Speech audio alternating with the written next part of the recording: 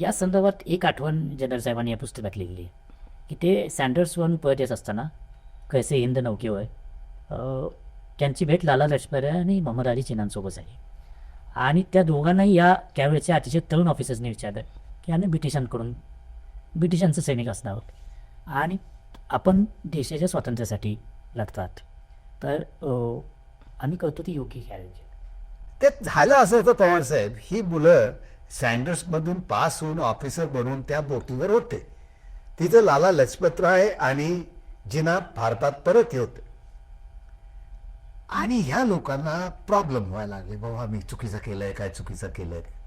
So they appointed Thorat as the leader की तुम्ही जाऊन विचारा. मग थोरात साहेब गेले लाजपतरायांच्याकडं. तर लाजपतराय त्यावेळी आपली पुस्तक माय इंडिया करेक्ट करत होते. ते म्हणजे काय आहे, तर त्याने सांगितलं की आम्हाला असं वाटतं की आमच्याकडनं चूक झाली आहे का. नाही म्हणले, लक्षात ठेवा एक दिवस भारत स्वतंत्र होणार.